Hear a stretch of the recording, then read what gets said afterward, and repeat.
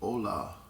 So this is my review for Man of Steel. It's the 4K Blu-ray versus the 1080p Blu-ray.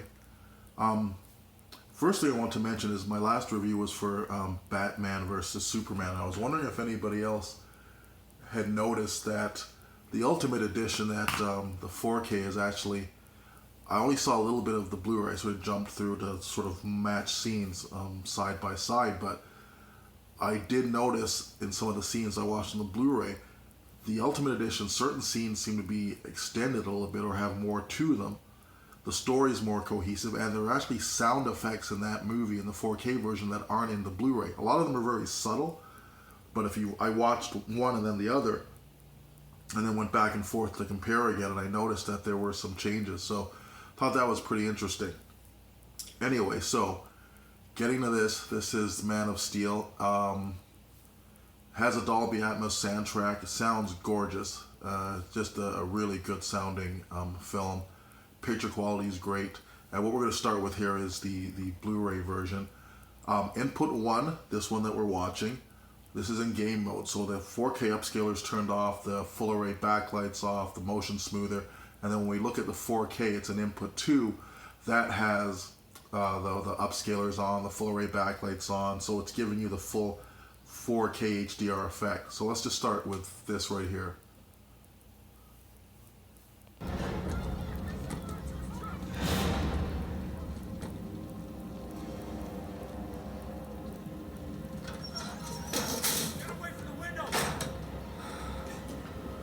Blu-ray looks good. Get inside. It's not safe. Again, from this distance, 7 feet away from 65 inches, I can make out the pixel structure when there's a lot of light in the scene. I previously encountered and observed the beings we're about to engage in close proximity. The 4K takes care of that. We have been authorized to use deadly force. Great for a larger display, as I think. One of the great benefits of 4K for a larger display, whether it's 65-inch up, you have a projector. Cleared hot, weapons free. Copy 1-1, weapons free. Thunder 1-1, LA 3 targets.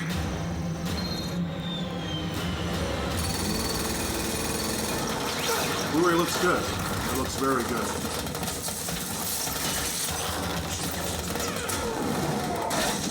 But it's not until you start to watch them side by side that you actually, back to back, or I can flip to one input to another, that I start to realize that you can really see the difference sort of in real time. So here's the 4K version.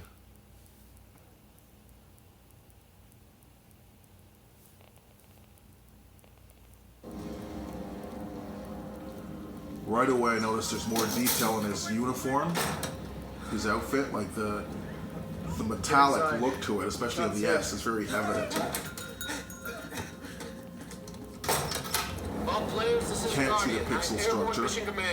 I have previously encountered. Obviously, you take 1080p and you stretch those pixels over a larger space. The pixels are larger. So when you take twice the amount of pixels in a 65-inch screen, it makes the picture very clean. Blacks are incredible.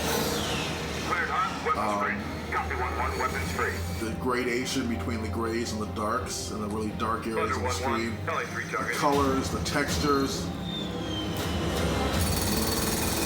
It's a great transfer. Sound is amazing. I can imagine with Atmos this will be pretty incredible.